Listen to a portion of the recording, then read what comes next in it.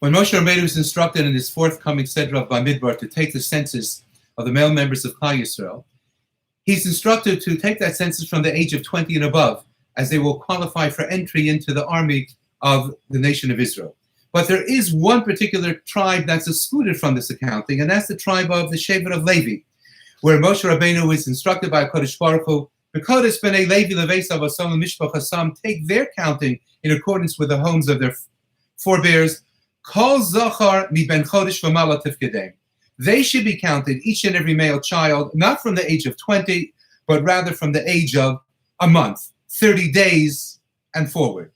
And Rashi indeed tells us, citing the Gemara in Shabbos, as soon as this child can be referred to as a bar kayama, as a child who has a promise of life ahead of him, we know that he's in the clear, he's all well, then and only then, hu nimna likari shomer mishmeres hakodesh, he can be referred to as one of those members of Klal Yisrael, particularly the tribe of Levi, who stand in the vanguard around the Mishkan, in the center of the Israeli camp, guarding the most salient, the most important point of Klal Yisrael, namely that of the Mishkan, housing the Kodesh HaKadoshim, housing the Aron, which houses in turn the Shnei Luchas HaBris.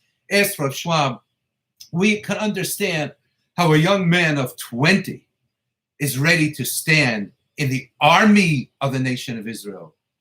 He's physically mature. He's received the indoctrination of his parents, of his rabbeim. We could understand that his head is even keeled. He can enter the army, but a child who's 30 days old, why, that child is fully dependent upon a parent for everything, for food and for being changed and for being nourished and for being cuddled and condoled and disciplined and inspired and taught how to first crawl and walk and speak. How can we possibly refer to a person of 30 days of age standing in the vanguard of those who guard the guardianship, the place of guardianship of HaKadosh Baruch Hu? And suggests Rav Schwab, he said it's rather simple, and it's all a question of chinuch. He says, if you look at Moshe Rabbeinu's description of the Bnei Levi at the end of the Torah Kadosh in the Sedra of Zos HaBracha, where he refers to the Bnei Levi during that crisis of the Egel HaZahav as having responded to his call of Mila Hashem Elai, whoever is promised to God, come forth running to me. It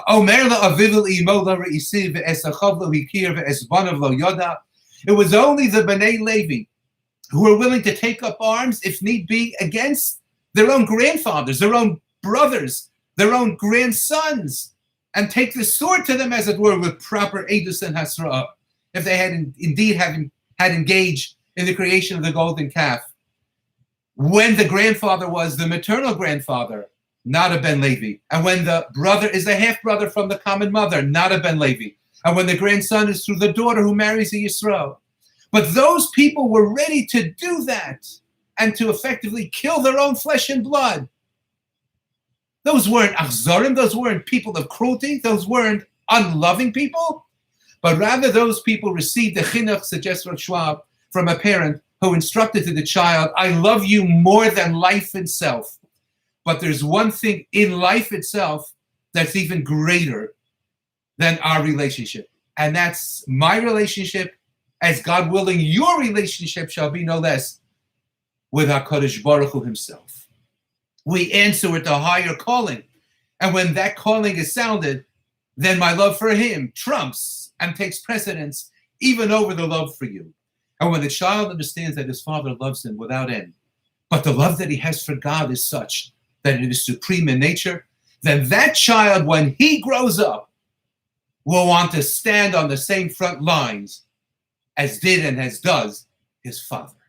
And suggests Rav Schwab, that's how a child of Levi can be counted from 30 days and older, because that was the type of education in chinuch and love of HaKadosh Baruch Hu that was instilled in each and every Ben Levi.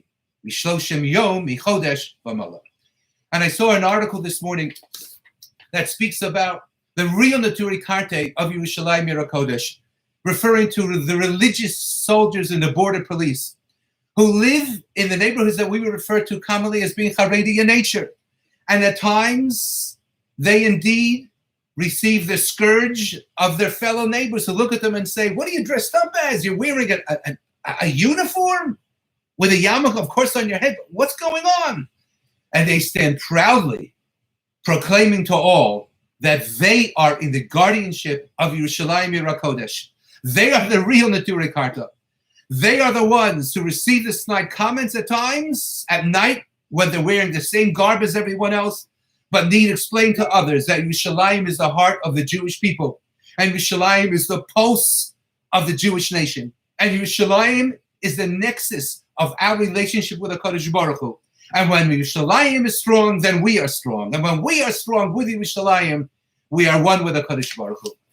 And indeed, let me ask you, as we stand on the cusp of celebrating Yom Yerushalayim, doesn't the Navi Yeshaya exhort us, Achomosai Yerushalayim Ifkarati Shomrim, that HaKadosh Baruch Hu himself, as it were, has appointed angels, or the Avele Siyam of Yerushalayim, or the people who live in the diaspora.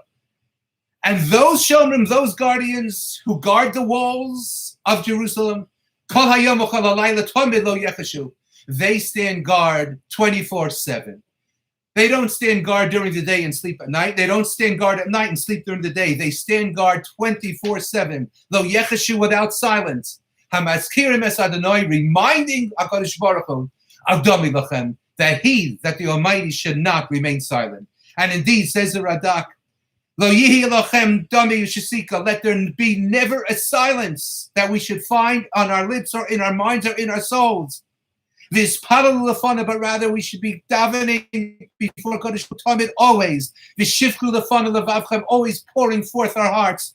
Ad yechonin Yerushalayim b'chomoseh v'binyana, until Yerushalayim is restored in all of its glory, with the erections of its walls, with the erection of the Beis HaMikdash, with the appointment of the Melech HaMashiach, with the Kibbutz Goliath, the Asima Tehillah Ba'aretz, and the glorification of HaKadosh Baruch Hu can issue forth from Jerusalem to be indeed witnessed, appreciated, and beheld by the entire universe. Indeed, indeed, indeed. That's what those people who serve in the Jerusalem Guard do on a daily basis. And as we stand on the cusp of Yom Yerushalayim, let us remember the gift that we have been granted by Kodesh Baruch Hu.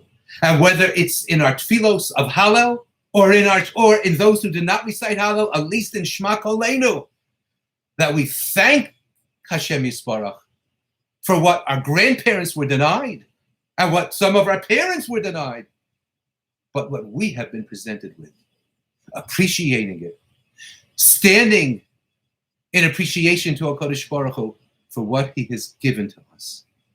Standing in appreciation for those who guard Yerushalayim on a daily and nightly basis. Al Damilach, Al Damilachem. Appreciating what we have, and just it is what we need to articulate. Shebach v'hodaya to Hashem Yisborach for this matnas kel. Then, if we do that, we will be in the guard of Shomrei Mishmeres Hashem. Have a wonderful Shabbos.